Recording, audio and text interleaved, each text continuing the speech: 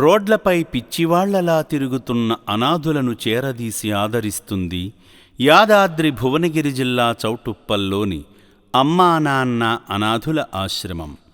దయగల దాతలారా, ఈ సేవాశ్రమంలో జీవిస్తున్న 600 మంది అభాగ్యులను మీ బిడ్డలే అనుకొని నిత్యావసర వంట సరుకులను అందిస్తే వాళ్ల ఆకలి తీరడం ద్వారా ఆ పుణ్యమంతా మీకు, మీ పిల్లల పిల్లలకు దక్కుతుంది.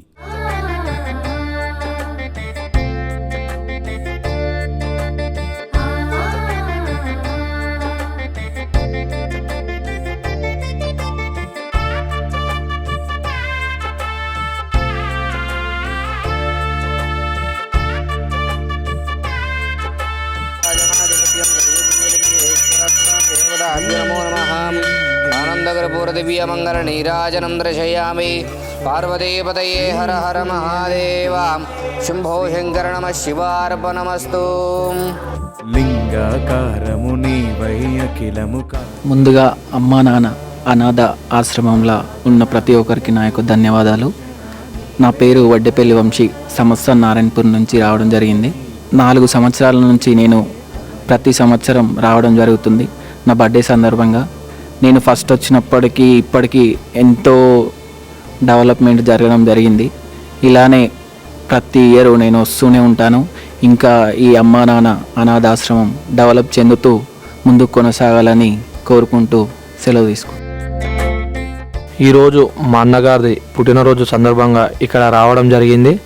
మేము గత 4 సంవత్సరాల నుంచి ఈ అమ్మా నాన్న అనాథ పుణ్యక్షేత్రానికి రావడం జరుగుతుంది.